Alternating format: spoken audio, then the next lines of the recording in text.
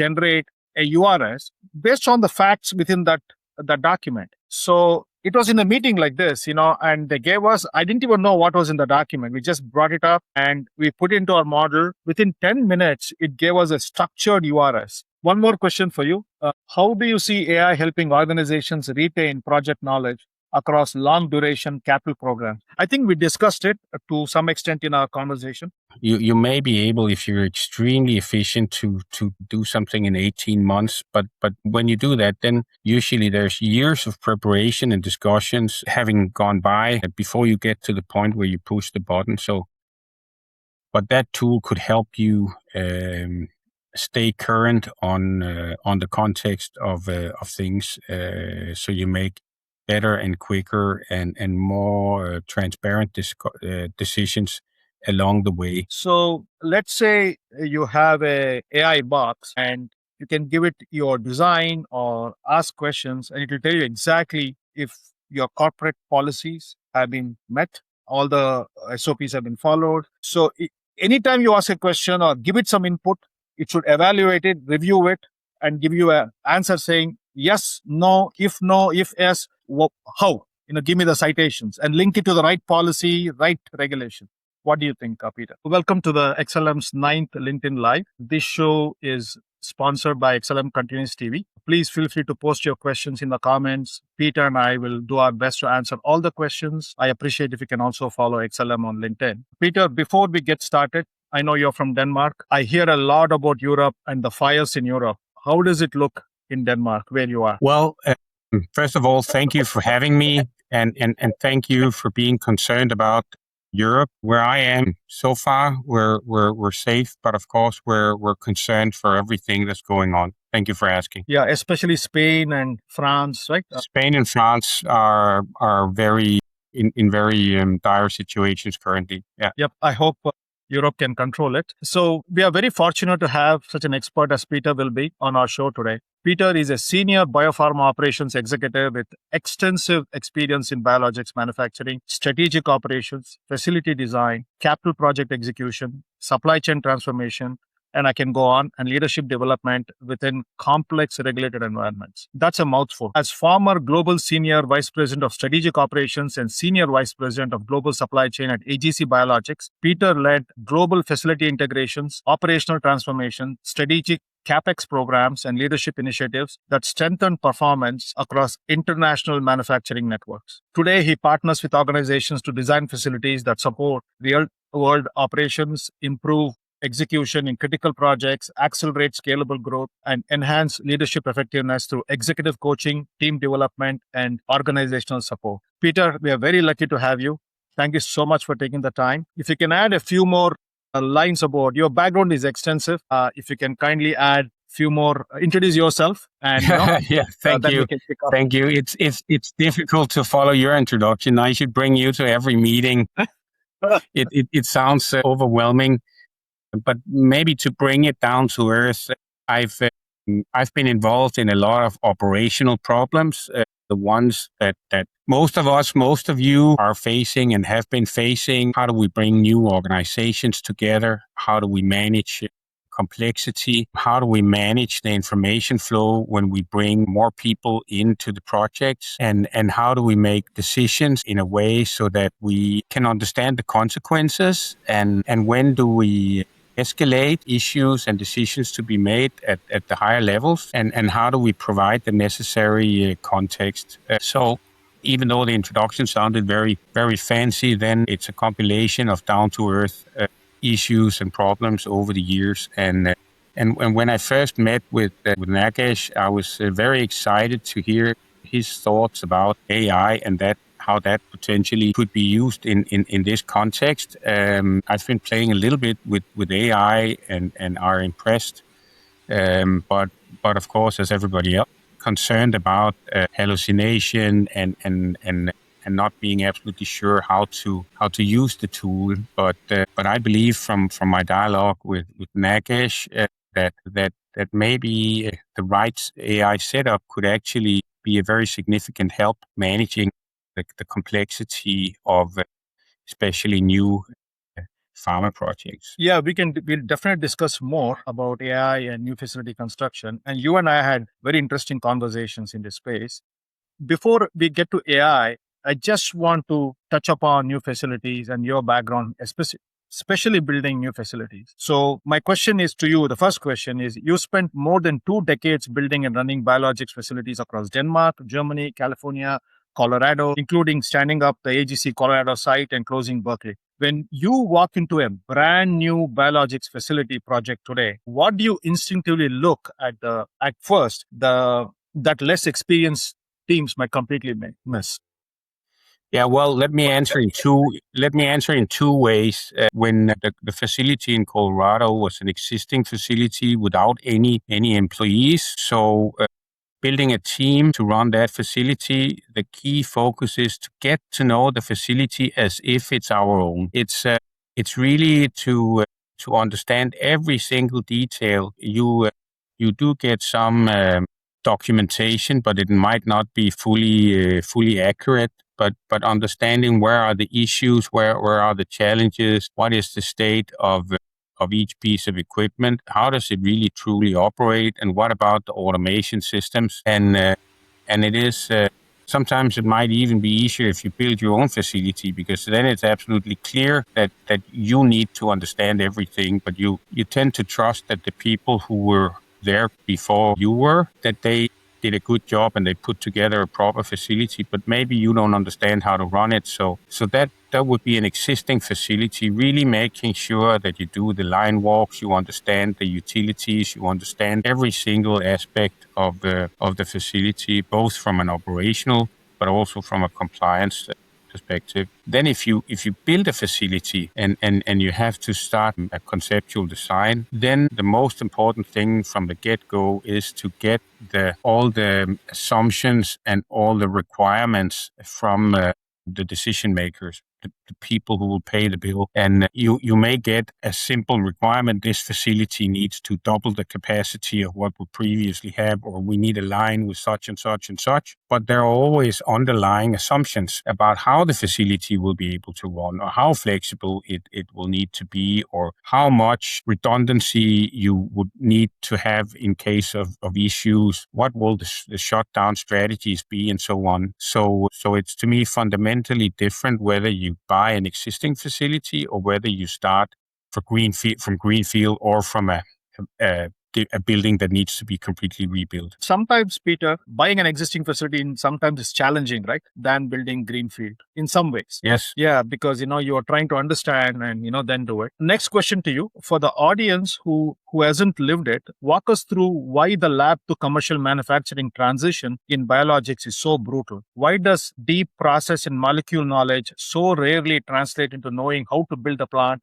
that makes it at scale? Yeah, I spoke to some people recently that are very experienced in the lab scale, and they do have all the process understanding. But all the logistics and all the compliance requirements are, for most people, something new. Going from the lab scale where you're basically research and development, and then moving to the parts where you produce drops for patients is a huge step. And also understanding what is really important when you build a facility. How much do you want to control yourself? How much demand will you have after building the facility? How many fixed costs will you have?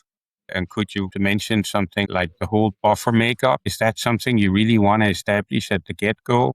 Or from the get-go, or do you want to outsource that? Then you make a fixed cost, a variable cost that can make it easier to fund the investment and easier to bridge the transition from maybe low utilization into a better utilization. You may also, if you have more manufacturing lines, you may consider whether you want to only equip one line or two lines and then leave some other lines open for future technologies, as you won't be needing the full capacity. Yep.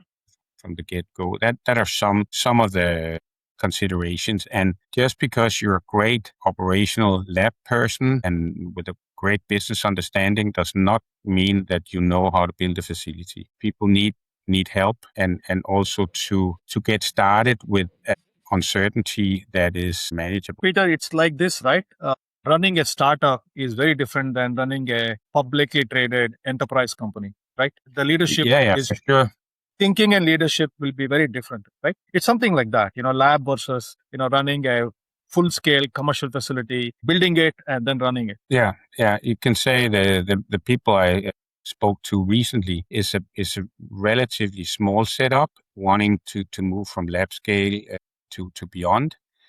And with a relatively small company, then it's easier to manage all the knowledge. If you are a company with several thousand employees, maybe sites in different countries, how do you then make sure that you build on best practice? And do you have established a best practice? So what will you copy and what will you not? And the learnings you make when you design the facility, will that impact how you manage your current facilities? How will you be able to transfer processes between facilities? When you're a bigger company, the complexity goes up exponentially or goes up very much at least. A new biologics facility generates thousands of assumptions and decisions in the first few months: tighter ranges, batch strategy, utility loads, segregation, shutdown capacity. In your experience, right, what happens to those early assumptions as the project moves from concept to detailed design? Where do they quietly rot? Well, in a well-run project, and I have seen several, then you try to capture everything, so you do stay on top of the capabilities and the limitations of the facility, and you start very early on to build the operational readiness plan, so that the design of the facility and the assumption goes hand in hand with how you prepare to start up the facility, so that there is a smooth transition from the people designing and the people building and the people starting up the facility. However, the challenge is that I don't think anyone can fully oversee all assumptions, also things being discussed early on, how many of those assumptions will still apply and which ones will not. If you take all the minutes of meetings, you will see that they're not necessarily all pointing in the same direction. So there is a need for some tools that can keep track and always pointing to the source code and asking or telling the team, well, if you make this decision, have you considered this and that? Or does this assumption still hold true? Or are there other considerations that are more important at this later point of time in the project? Yep. And also fully grounded in the technology you're trying to put in place, right? The science behind it, the engineering behind it, the model has to be fully grounded in that. The model needs to be fully grounded. You need to understand everything. You need to understand everything from, your water system, how much water will you be taking from each outlet, and how much can you do at the same time, and how much time will it take for you to fill a buffer? What are the staging areas from supply chain? Do you have more modalities? How would that impact how people can move in the facilities? And how many parts will you be transferring every day from one area to another? What about QC people? How about maintenance people? How can they move around in the facility without creating risk? What are the weight of equipment that you will move around? And what if you then want to upgrade and install bigger equipment? Will you be able to move around in the corridors? A lot of these things, if you get to those questions early on, then it's fairly cheap to manage it. If you face those questions after building the structure of the facility, then it's very complicated to make changes. So what I'm hearing is knowledge loss between engineering, operations, QA, vendors, site teams, and many others, is a problem, right? Knowledge loss can happen. I would rather say that it's a challenge because, again, a well-run project, and there are many great people out there who know how to build facilities, but the nuances are very difficult. Also because you may have people leaving the project, you may have other people joining. How will you possibly transfer all that knowledge? And for the people who've been in big projects, you'll see the number of files will just grow and grow and grow, and it's very difficult to read all of it. And one situation that many projects face is that you get to the point where you see that what you have planned will become more expensive than what the budget allows. So then you will have a value engineering session where you'll try to find smarter solutions and make some decisions. But to truly understand the impact of every decision is a challenge, because you may not know all assumptions. That could be, some redundancy has been made to address a specific problem that the people doing the value engineering might not be aware of. So here, having then the know-it-all agent, then you can say, what are the consequences of this decision? Is it something that we can safely decide, or does it have an impact? So we should escalate to some upper level people, because it may impact the overall capability of the facility, and it may not be easy to change that at a later point. Peter, on the same lines, right? For example, utilities. If we clean steam, HVAC, chilled water, compressed gases, that's where a lot of the biologics capex hides a lot of late stage changes. Pain also lives, like when you change the facility design, for example, you also have a big impact on all these different utilities. Sometimes it's not apparent, but when you get into the weeds, you realize that, my God, it's not as simple. This one small change can really impact the utilities. For example, when a process assumption shifts mid project, like what I'm talking about, how well do teams actually understand the cascade into facilities, and how late does this usually surface? Meaning,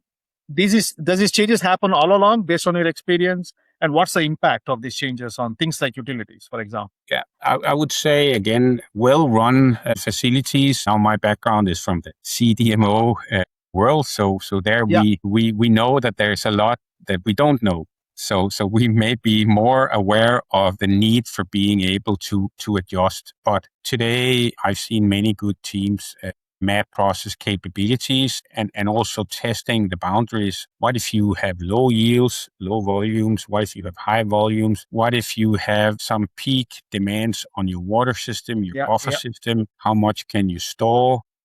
There are some pretty good tools that at least can give you a pretty good idea about the flexibility, but I'm absolutely positive that a proper tool helping to make these scenario plannings will help tremendously. When you do scenario planning today, you kind of have to have some tools or build those tools and then input all the different things. But you rarely have a model that will also say if the process suddenly becomes more complex and you have to move more materials from supply chain, how will the volumes be? Oftentimes, the warehouse content will be measured in value and not in volume, for example. So with a full understanding and capturing everything from the dialogue on the conceptual, before even the conceptual design starts, you'll be able to make quicker decisions and better decisions. And you will be able to point to the source code, and will help you also to decide what no longer applies. So every time you have that discussion, every time you make decisions, it will strengthen the model because it will contain all that information. You explained to me, I believe you called it a relationship graph that keeps track of how all this structured and unstructured information will be captured and correlated, if that's the right word. Actually, since you mentioned it, you've been clear that you see AI here as a tool to manage complexity, not a magic solution. So when myself and the team first described an AI context graph, that's what we just mentioned, the context graph, that links, for example, unstructured data like emails, meeting notes, with structured data, could be specifications, drawings across a project. As the project moves along, the context graphs will grow and it will change over time because the context is also changing.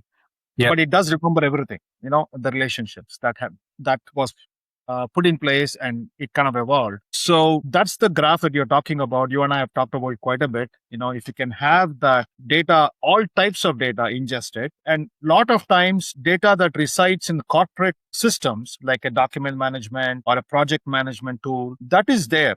That's no problem to access it. But we all know a lot of the data resides in outside of that, in teams, in direct messaging, emails, meeting minutes. So all this is there outside of these big corporate systems where nobody even looks at that from a database point of view, right? Because it's kind of lost or it's all over the place. So if you can bring that, I think that's where the magic will happen, I think, because people can come, people can leave, but the graph is going to store information that the agents can query, and give you a better answer, if not a perfect answer, at least a better answer that nobody else on the project may be able to give. The reason is the brain will become bigger and bigger over time with all the connections. Yeah, that is true. But now that you mentioned the people, I don't think it's possible ever to do such projects without having truly competent people who knows how to build facilities, all the aspects there. There also, once you start building the facility, then there's also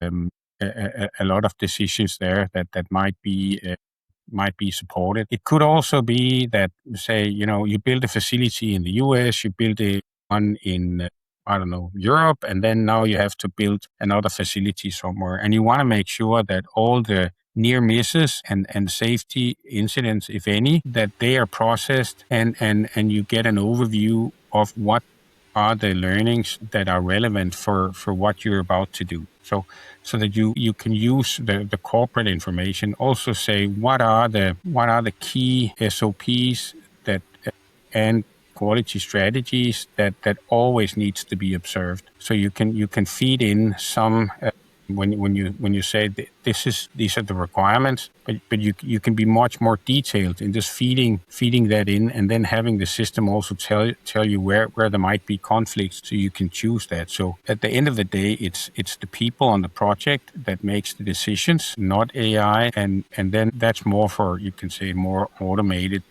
repeatable processes. But if you are short of qualified people, then I believe a few qualified people will be able to do a much better job if they have this tool where they can also use this as a guidance to the less experienced people on the team. So they will also be guided to when they can escalate, when they can make decisions. So it'll be efficient, but it can never replace some qualification. But of course, the system will learn. But you need to have somebody that evaluates and decides what's really important. I don't think we're there yet with AI. You're absolutely right. AI will never replace us, in my opinion, because the ultimate decisions are based in the experts and people who are responsible for a new facility, right? It's human, it's not AI. But we just need a co-pilot or an agent that can answer the questions you might have, because we cannot remember everything. And if AI can remember all the important facts and retrieve it in a fraction of a second, right? That makes a big difference. No matter who's asking the question, right? It could be anybody asking the question. It'll generally should give you the same right answer with the right data, with the citations and everything else. So you know where the data source is. One good thing you brought up, I just want to highlight that, lessons learned and deviation data that you mentioned, right? Like lessons learned from one project, for example, right? When you try to build a next facility, it's normally sometimes it gets lost. Like all the lessons learned in a long term project, like 3 or a 5 year old, or the 5 year project. And if AI could turn every near miss and deviation from the first facility, let's say, into a searchable, reusable intelligence for the next build, for the next facility, that can be a big game changer, right? I think so. I know from past experience that a lot of great work is being done to manage safety aspects, to learn from deviations. But it is difficult to summarize everything for every possible event. And I have discussed that with several people that have worked on improving things. So smart people, and I believe that being able to make such summaries will be helpful. And for example, when we do deviation reviews, then we could let the system challenge that and then see if we missed anything, or compare notes. So that could be a parallel process. So we don't need to trust AI, but AI could help us see if we missed anything, or if there are some perspectives that could be managed better. And the same for the operational readiness. That is a ton of work, and by my colleagues that has been responsible for that part says that you cannot invest too much in that part. And again, that the handover part will be easier if you have this depository of information that can provide you with the summary that fits the purpose and the situation. Yeah, I mean, there's so many things such a system can do. I'm not saying it is can be the one solution that will solve all your problems. Now, for example, let's say the project grows and it has a lot of information about your basis of design, all the engineering calculations, drawings, and it can keep track of the changes that are being made as the project moves along, right? Meaning it's knowledgeable based on a graph, for example, the content graph. Then, like when there's a change that comes in, it'll be nice just to ask that model saying that, hey, this is a change. What is the impact of this change on utilities or something else? Exactly.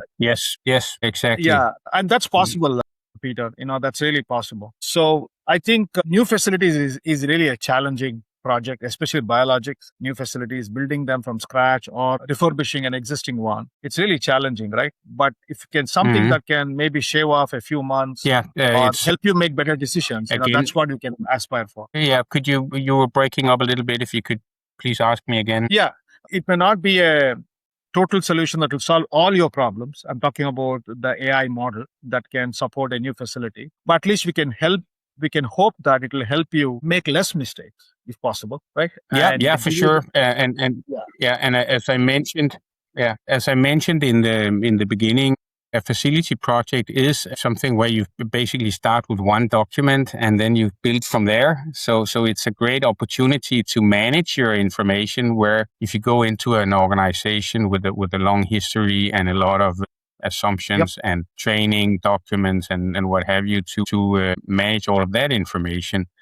And for example, I was involved in a facility where then as you move along, then you start to have the people involved that will be running the facility, and then you need to spend a lot of time with them, making sure that they fully understand all aspects of how this facility will run, because they bring their assumptions, and the people that decide the facility and are not involved in running it, they might have had some other assumptions. So going through that exercise with the new people is extremely valuable. But if you have AI kind of in a positive way looking over your shoulder, then AI may help you also to see, did you miss anything, or what about how does this work with the incoming materials from another department, or how QC will operate, or whatever it is. So it should be, the little helper that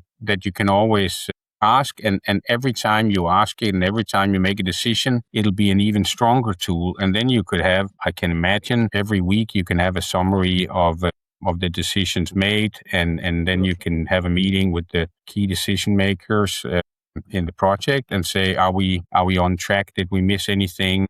Do we believe that this model at the stage it's at are actually helping us, or does something need to be corrected? And we can have the model listen in, and then so it's a continuous improvement. So a lot of great facilities are built, but many are also facing challenges when they start to operate. And also you could maybe use this as you control the erection of the facility while it's being built, if the people responsible for building it are struggling. But that's kind of a bit outside of my league, but I could imagine that could be helpful as well. Also, I'm thinking, Peter, one is a new facility construction and the commissioning the facility and going live. But let's say the people who built it and helped the company take it live, after some point they go away, right? I mean, they're going to move out to a new facility or new project or their next project. So now the people who operate the facility can have access to the same model. And when they're trying to maintain it or upgrade it, they'll have better information. A lot of times I don't see that transfer happening, right?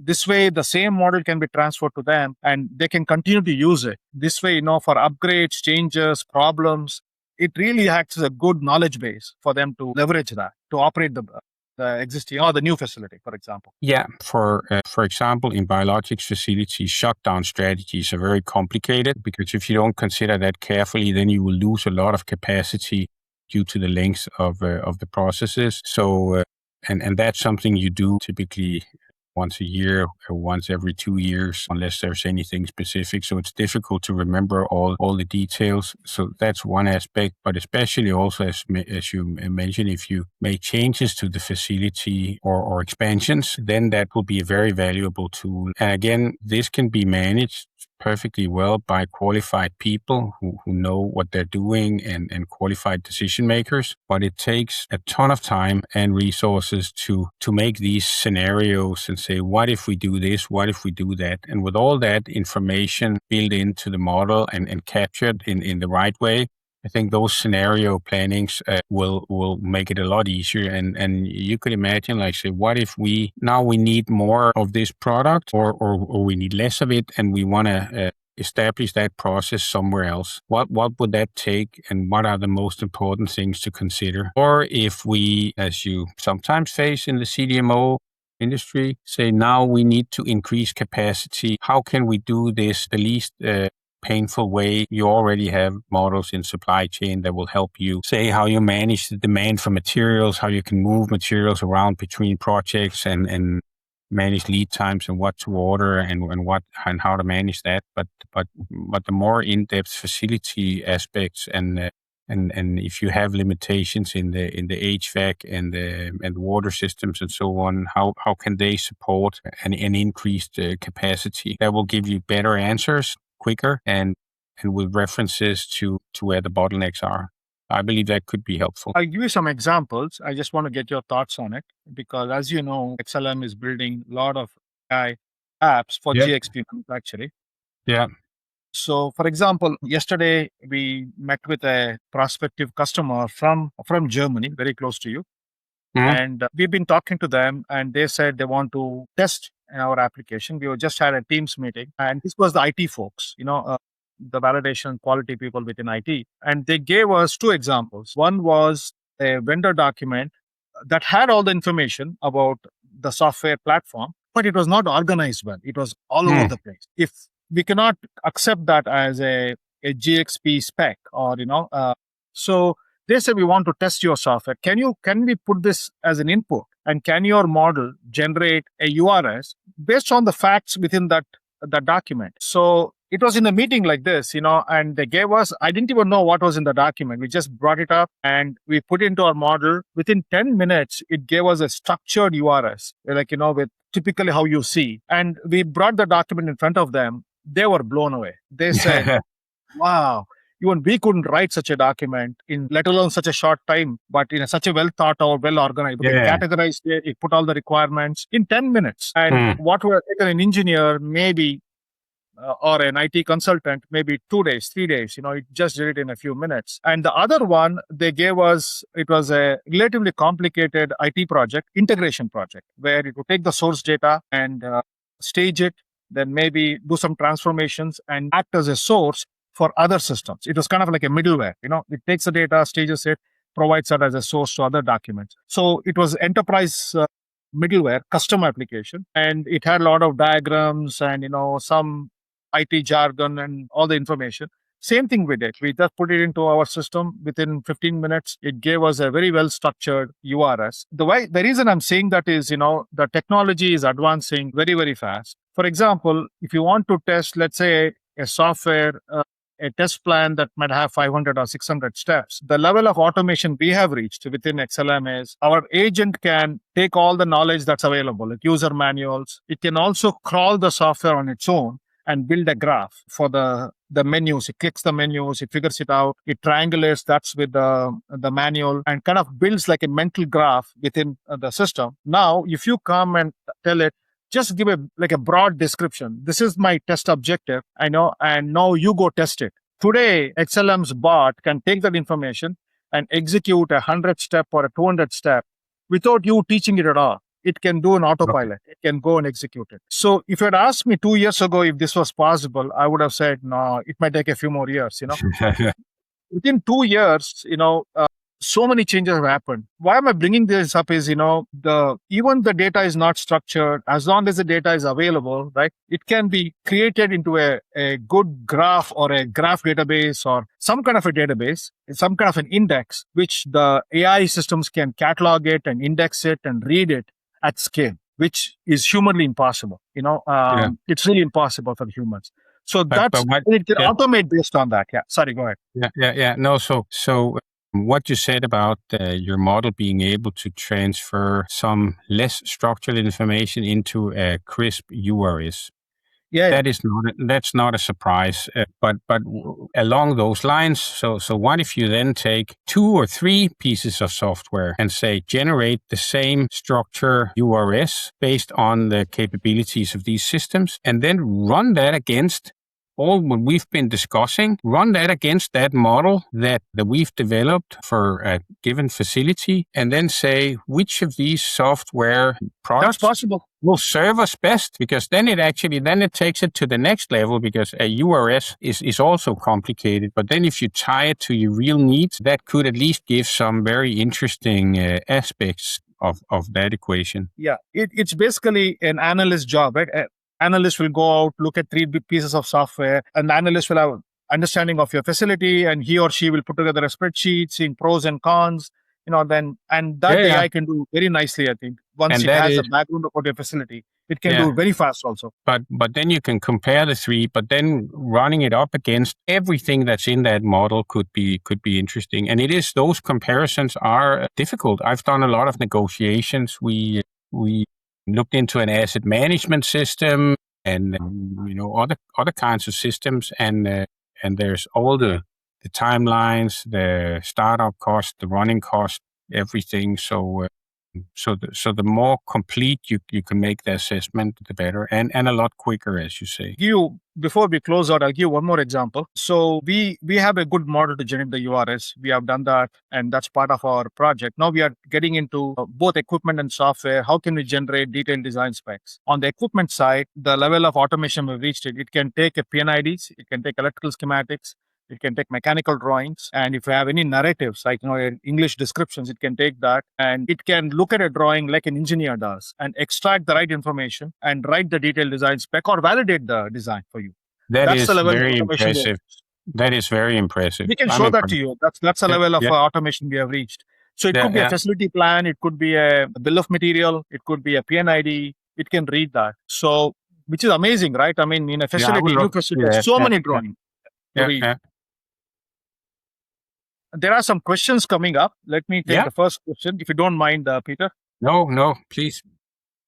Could AI actually become a trusted advisor for engineering and validation teams, or should it remain purely a decision support tool? And that's a question from the audience. Yeah, I would say that it should be a supporting tool on the day-to-day business. Once you test and release it based on that it provides the necessary output, there will probably be a learning curve where there needs to be enough information. But if you test it, and if you have it always points to the source, then that could be, I believe that could be a very strong tool. But it needs to get to the necessary maturity based on you need to feed it with enough information. Correct. To be reliable, making sure all the relevant SOPs are in there, and if you miss any of that, then it will impact the answers you get. Yep. And actually, on the same note, what we are doing, since we build software for software validation, equipment qualifications, so we have our own benchmarking standards. So we feed it like a known data, meaning we know what the output should be, right? And when we get the output from the model, there's another model that compares it to the standard and automatically tells us how far off it is, or is it acceptable. So that's the kind of benchmarking we are building into the tool. So we also should know, right? Because if there's a drift, I want to make sure that my model is still giving me the right answer. So that's possible to validate what it's like a calibration run. You calibrate them. The risk is that the model points to a source that where the source is correct, but it might not be all the necessary information required for that decision. That's possible. So you need some sort of validation. Yep. But we can validate the model. Like I said, a lot of benchmarking and eval. They call it the evals. We can do some good evals on it. One more question for you. How do you see AI helping organizations retain project knowledge across long duration capital programs? I think we discussed it to some extent in our conversation. Yeah, but it's a very relevant question, because some projects end up being very long. You may be able, if you're extremely efficient, to do something in 18 months, but when you do that, then usually there's years of preparation and discussions having gone by. before you get to the point where you push the button. So I think that's maybe where some of the strongest value can be. Also, because you need to verify how you use the input from subject matter experts. Because obviously, when you start asking questions in the beginning, where you start to figure out how to build, then you cannot provide all context to the SMEs where you ask questions. So they will provide answers that may or may not be out of context. And so you need to have some summary reviews, like you also do after detailed design and basic design and what have you. But that tool could help you stay current on the context of things, so you make better and quicker and more transparent decisions along the way, because a lot of stuff can change in 5 years, and some people may end up disappointed with the result because it was not captured correctly along the way. Do you see AI eventually becoming a standard requirement for biologics facility projects, similar to how digital quality systems became essential? Yes, that's a very interesting and very clever question. Yes, I could see that, because sometimes when technology evolves, then there is a requirement that you do use that available technology.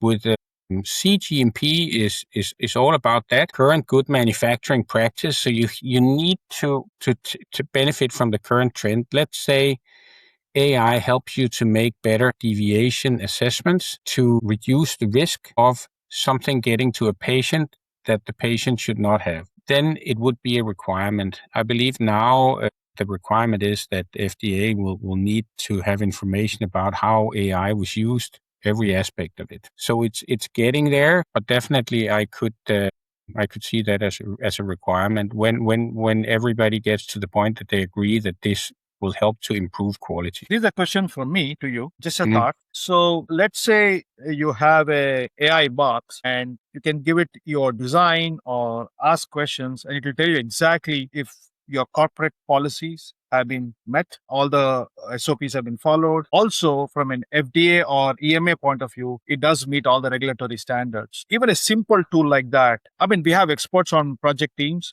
but every expert may not be an expert in all areas like software validation or engineering, water, microbial, many things, right? So if you have one box that can, let's say it's a validated box, let's assume that it's validated. Yeah. So anytime you ask a question or give it some input, it should evaluate it, review it, and give you an answer saying yes, no, if yes, how.